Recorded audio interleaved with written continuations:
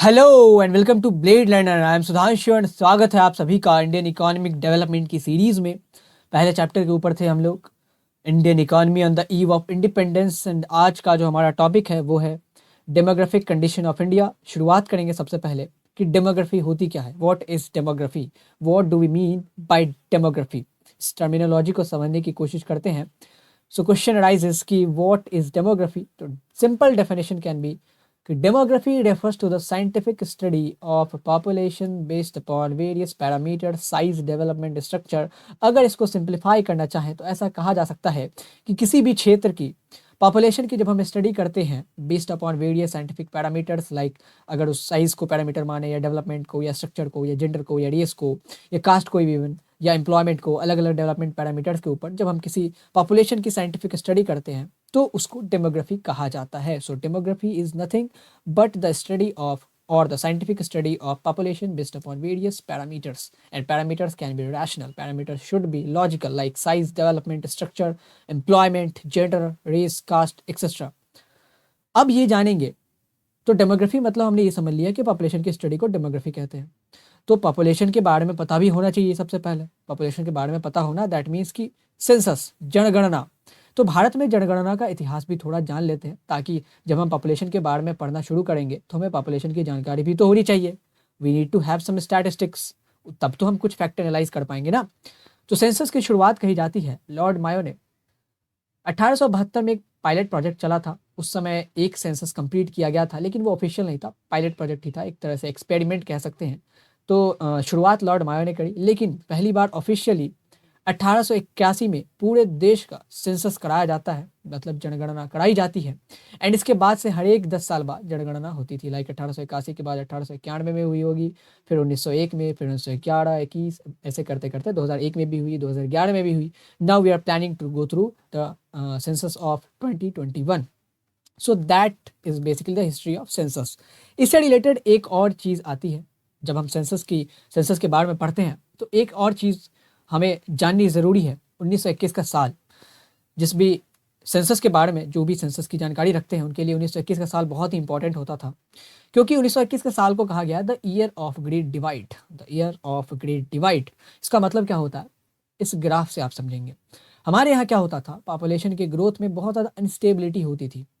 Population की growth में बहुत ज़्यादा अनस्टेबिलिटी इसलिए होती थी क्योंकि अब पॉपुलेशन की ग्रोथ के लिए क्या चाहिए, वेलफेयर चाहिए। पॉपुलेशन की ग्रोथ में अगर स्टेबिलिटी लानी है तो वेलफेयर चाहिए, एम्यूनिटीज़ चाहिए या फैसिलिटीज़ जिसको हम कह लें कि भाई हेल्थ फैसिलिटीज़ होनी चाहिए, वाटर, न्यूट्रिशन, सब पे ध्यान दिया जाना चाहिए, एम्प्लॉयमेंट होना चाहिए, हैप्पीनेस होनी चाहिए। So different parameters are needed to stabilize the population growth, लेकिन वो अवेलेबल नहीं थे इन द कॉलोनियल रूल, क्योंकि हमारी पॉपुलेशन, हमारे मासेस को इंतहाई दर्जे से सप्रेस किया गया था, मतलब उनका एक्सप्लॉयटेशन बहुत इंतहाई दर्जे पे होता था। तो इसी तरह क्या होता है 1921 में, क्या होता है अचानक से 1911 में जो पॉपुलेशन थी वो 10 सालों में घट जाती है। यानी कि 1900 as compared to 1911 1911 the population during the whole decade, and जब काउंट किया गया 1921 में तो पॉपुलेशन 10 सालों में कम हुई थी। 1911 में जो पॉपुलेशन थी इंडिया की वो एज कम्पेयर टू 1921 वो ज़्यादा थी। ये बहुत ही ज़्यादा एस्टॉनिशिंग फैक्ट है कि भाई आज से 10 साल पहले जो पॉपुलेशन थी वो ज़्यादा थी। बेसिकली होता क्या था, बहुत सारे फेमिन्स आते थे, महामारी आती थी हमारे पास, तभी कोई न्यूट्रिशन को लेके कोई अवेयरनेस नहीं थी, हाइजीन को लेके कोई अवेयरनेस नहीं थी, हेल्थ फैसिलिटी बहुत ही ज़्यादा इनसफिशियंट आप कह लें। तो इन सारी चीज़ों के चलते हमारा जो पॉपुलेशन ग्रोथ था वो कभी स्टेबलाइज नहीं हो पाया। लेकिन 1921 के बाद से, ये एक साल आप देख सकते हैं 1911 के से जब 1921 में आते हो तो पॉपुलेशन डिक्लाइन कर रहा है। एंड देन 1921 के बाद से by the each decades passing on, दशक बाय दशक हमारी पॉपुलेशन ने छलांगे ही मारी है, लाइक हमारी पॉपुलेशन का ग्रोथ ही हुआ है। Bye the each decades passing on the population keeps on increasing. 1921 से बढ़ के 1931 में बढ़ा, फिर 41 में भी बढ़ा, फिर 51 में भी बढ़ा एज कम्पेयर टू 41, फिर पिछले दशक से कंपेरेटिवली बढ़ता ही गया एंड अभी तक बढ़ रहा है। So that is the year when we entered into the first stage of demographic transition। ये क्या होता है, अगर सिंपल इसके एक ट्रेट बताने की कोशिश की जाए, इसका एक कैरेक्टरिस्टिक्स, तो ऐसा कहा जा सकता है कि first stage of demographic transition में क्या होता है कि बर्थ रेट भी हाई होता है एंड मोर्टेलिटी रेट भी, यानी कि डेथ रेट भी बहुत ज़्यादा हाई होता है। So that is the trait. And so continuously 1921 के बाद से by the each decades passing on our population is increasing. So that was basically the history of census and 1921 के बारे में हमने पढ़ लिया कि उसके बाद से पॉपुलेशन लगातार बढ़ रही है क्योंकि फेमिन्स की फ्रिक्वेंसी कम हो जाती है, हेल्थ के प्रति, हाइजीन के प्रति भी अवेयरनेस बढ़ने लग जाता है, हेल्थ फैसिलिटीज़ भी थोड़ी थोड़ी सुधरनी शुरू हो जाती है, थोड़े थोड़े इंप्रूवमेंट, थोड़े थोड़े मॉडिफिकेशंस होने शुरू हो जाते हैं. सो दैट वाज द रीज़न कि उसके 1921 के बाद से लगातार bye the each decades passing on हमारी पॉपुलेशन बढ़ी है. एंड उसके बाद 1947 में तो हम आज़ाद हो जाते हैं, हमारे पास एक इलेक्टेड गवर्नमेंट है जो हमारे वेलफेयर के लिए काम कर रही है. तब तो वाजिब था पॉपुलेशन का लगातार ग्रोथ होना. सो that was basically the history. इसके बाद अब हम देखेंगे कि डेमोग्राफिक कंडीशन क्या था इंडिया का on the eve of independence, यानी कि पूरा का पूरा सूरत हाल क्या था कॉलोनियल इरा के दौरान. सबसे पहला फीचर जो हमें जानना है, high birth rate and high death rate दोनों ही हाई था. 1947 में जब हमारा देश आज़ाद होता है, बर्थ रेट भी हमारा हाई है एंड डेथ रेट भी हाई है. High birth rate and high death rate, पहले इन दोनों टर्मिनोलॉजी को समझने की कोशिश करते हैं. एंड देन इस चैप्टर में एंड पूरी की पूरी इंडियन इकोनॉमी में आपको स्टैट्स को रिप्रेजेंट करना पड़ेगा अपने आंसर्स में. सो यहाँ पे हम आपको स्टैट्स भी, एडेक्वेट स्टैट्स भी प्रोवाइड कराएंगे. So don't worry. High birth rate and high death rate, पहला फीचर. पहले बर्थ रेट को जानते हैं. जैसे मान लीजिए किसी किसी देश की पॉपुलेशन है, मान लीजिए 1 CR, 1 करोड़. उसमें से मान लीजिए ऑन एन एवरेज हमने 1000 लोगों को उठाया. उसमें से उस 1000 लोगों में से कितने लोगों ने नया, इस साल में कितने लोगों ने, कितने ऐसे नए लोग जुड़े हैं, दैट मीन्स कि the annual number of birth पर 1000 पॉपुलेशन की 1000 लोगों में से कितने, 1000 लोग में से कितने लोग ऐसे हैं जिनका कि इस साल जन्म हुआ है. सो एनुअल नंबर ऑफ बर्थ पर 1000 पॉपुलेशन, 1000 लोगों में से कितने लोगों ने इस साल जन्म लिया है. So this is birth rate. उसी तरह आपका डेथ रेट भी होता है कि एनुअल नंबर ऑफ डेथ पर 1000 पॉपुलेशन. ऑन एन एवरेज हम जितना भी पॉपुलेशन है, मान लीजिए कि 10 लाख या 1 करोड़, जितनी भी पॉपुलेशन है किसी भी क्षेत्र की, हम स्टेट्स का भी निकालते हैं डेथ रेट, हम कंट्री का भी निकालते हैं, हम कंटिनेंट्स का भी निकालते हैं. तो एनुअल नंबर ऑफ डेथ पर 1000 पॉपुलेशन ऑन एन एवरेज हमने, जैसे मान लिया किसी भी कंट्री की पॉपुलेशन है 1 CR, उसमें से ऑन एन एवरेज हमने 1000 लोगों को उठाया, उसमें से कितने लोगों की सालाना मृत्यु हो जाती है. So that was basically the death rate. तो आप एक स्टैट्स यहाँ नोट डाउन करेंगे कॉपी में अभी एंड अभी कि at the time of independence, on the eve of independence, हमारा जो बर्थ रेट था, यानी कि 1000 लोगों में से 48 लोग ऐसे होते थे जो इसी साल जन्म लिया है जिन्होंने. एंड डेथ रेट, यानी कि 1000 लोग में से 40 साल उस साल मारे जाने वाले थे. सो हमारा जो डेथ रेट होता था, मतलब 1000 लोगों की पॉपुलेशन है, दैट मीन्स कि 40 लोग उसमें से उसी साल चले जाएंगे. सो that was basically the birth rate and death rate. So the next feature is very low literacy rate. And यहाँ अगर वेरी वर्ड को एक्सट्रीम से रिप्लेस किया जाए तो भी गलत नहीं होगा कि हमारा जो लिटरेसी रेट था बहुत ज़्यादा एक्सट्रीमली लो था. Now what is literacy rate, उसको जानने से पहले एक बार स्टैट्स देख लेते हैं. So here the stats are in percentage, like overall the literacy rate was 16% and the female literacy rate was close to 7% on the eve of independence. कि जब हमारा देश आज़ाद होता है उस समय हमारा ओवरऑल लिटरेसी रेट 16 है एंड फीमेल लिटरेसी रेट 7% के करीब है. दैट मीन्स कि हमारा जो ओवरऑल पॉपुलेशन था उसमें से केवल 16% लोग पढ़े लिखे थे. लिटरेसी बेस क्या होता है, those who can read and write, those who can read and write too, जो पढ़ और लिख सकते हैं, उससे ज़्यादा कुछ नहीं. लिटरेट और एजुकेट दोनों में फ़र्क होता है. So don't be confuse with these both terms. So जो पढ़ और लिख सकते हैं उनको हम लिटरेट कहते हैं प्रिसाइजली. तो हमारा जो हमारे देश का जो ओवरऑल लिटरेसी रेट था, लिटरेसी परसेंटेज था, वो 16% था ओवरऑल पॉपुलेशन का, मेल प्लस फीमेल. एंड जो फीमेल पॉपुलेशन था उसमें से 7% महिलाएं ही पढ़ी लिखी हुई थी, यानी कि लिटरेट थी. एंड हम पूरे के पूरे पॉपुलेशन को नहीं लेते हैं. लाइक किसी देश की पॉपुलेशन अगर 1 CR है तो हम पूरे पॉपुलेशन को नहीं लेते हैं. हम किसको लेते हैं, ऐसे पॉपुलेशन को लेते हैं जो 15 साल या उससे बड़ी है. दैट मीन्स कि 1 करोड़ लोग में से कितने लोग ऐसे हैं जिनकी उम्र 15 या उससे ज़्यादा है. दैट मीन्स कि 1 करोड़ में से लाइक 45 लाख पीपल, उनकी age including male and female, उनकी एज अगर 15 या उससे ज़्यादा है तो उनकी ही पॉपुलेशन का हम परसेंटेज निकालते हैं लिटरेसी रेट में. होल पॉपुलेशन का नहीं लेते हैं क्योंकि हम 7 साल के बच्चे का थोड़ी ना लिटरेसी रेट निकालेंगे.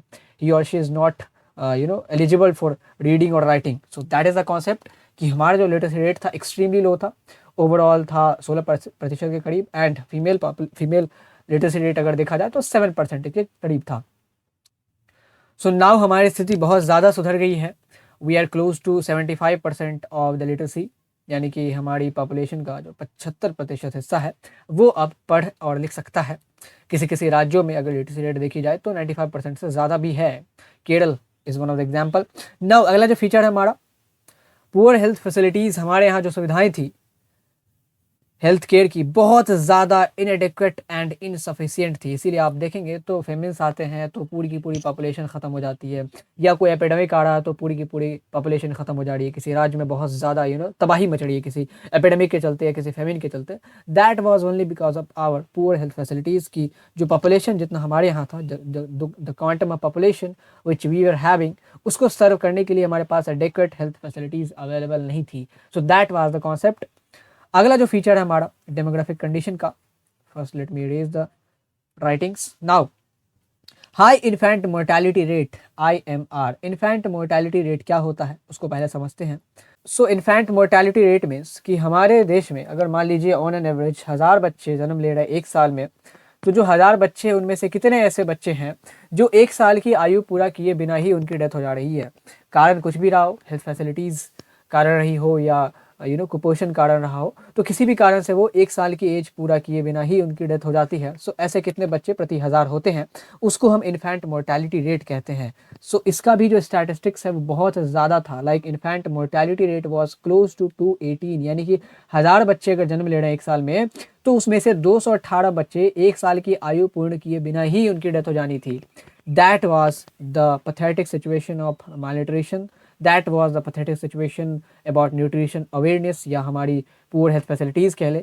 ये सारे हमारे जो ब्लीक पिक्चर्स है हेल्थ फैसिलिटीज़ एंड न्यूट्रिशन को लेकर अवेयरनेस एक्सेट्रा को दर्शाता है। नाउ आज के सिचुएशन में, आज के कॉन्टेक्स्ट में कहें तो इंडिया इस IMR के कॉन्टेक्स्ट में बहुत ज़्यादा स्थिति सुधरी है। अगेन हम 28 के करीब पहुंच चुके हैं इनफैक्ट मोर्टेलिटी रेट पे, लेकिन इसको भी हमें कम करके 0 पे लाना पड़ेगा, because mortality rate, in fact mortality rate is not bearable, is not something which we can bear, क्योंकि human is a kind of resources, and उसको अगर हम इस नेसेंट स्टेज पे ही खो देंगे, so we are losing basically the resources. Now अगला जो फीचर है life expectancy, low life expectancy. तो what is life expectancy? Life expectancy को अगर एक लाइन में अगर कहा जाए तो life expectancy refers to the expected life span, the expected life span of a person is known as life expectancy. Like अगर मेरा जन्म 1947 में हुआ होता on the eve of independence, तो मेरी लाइफ एक्सपेक्टेंसी 44 साल की होती। This is the stats. इसका मतलब क्या हुआ कि अगर मेरा जन्म 1947 में हुआ होता तो मैं अकॉर्डिंग टू द स्टैट्स 44 साल ही जीने को एक्सपेक्ट कर सकता था, according to the health facilities available, according to the immunities available, according to the nutritions available. तो मेरी उम्र मैक्सिमम 44 साल ही हो सकती थी ऑन एन एवरेज। ये एक्सपेक्टेड है, हमारी स्टैटिस्टिकल एनालिसिस ये कहती थी कि 1947 में जन्म लिया हुआ आदमी 44 साल ऑन एन एवरेज जीता था। आज हमने इस सिचुएशन को पूरी तरीके से पलट दिया है। अब हमारी जो लाइफ एक्सपेक्टेंसी है वो क्लोज टू 70 पहुंच चुकी है। हालांकि इसको भी इन्हेंस करना हमारे पास और भी इम्प्रूवमेंट बाकी है अभी ह्यूमन रिसोर्सेज को लेके। सो लाइफ एक्सपेक्टेंसी हमें और भी बढ़ानी पड़ेगी, लेकिन as compared to 1947 we are now in a very good situation. उस समय तो 44 साल ही हुआ करती थी, मतलब सोचिए कि उस समय अगर कोई जन्म ले रहा तो उसकी लाइफ एक्सपेक्टेंसी, मतलब the life span which he और she was expected to live is only 44 years, कि वो 44 साल तक ही अपने आप को सोच सकता था। According to the average level of Indian life expectancy वो 44 साल ही जिएगा। So how pathetic the situation was, you can imagine by yourself. That was the condition. So life expectancy is nothing but a expected lifespan of a person on the time of his or her birth. Now next is widespread poverty. Poverty was everywhere, poverty was prevalent, मतलब पूरे देश में कश्मीर से लेके कन्याकुमारी तक, असम अरुणाचल प्रदेश से लेके गुजरात तक पॉवर्टी ही पॉवर्टी है। दैट मीन्स कि लोगों के पास खाने को कुछ नहीं है, पीपल आर स्टार्विंग, फेमिन्स आ रहा है, लोगों की मृत्यु हो रही है, हेल्थ फैसिलिटीज़ कोई नहीं है, एंड जहाँ पे अगर हेल्थ फैसिलिटीज़ अवेलेबल भी है तो लोगों के पास इतना पैसा नहीं है कि वो इतने महंगे हेल्थ केयर को अवेल कर सके। सो that was the scenario, wide spread poverty.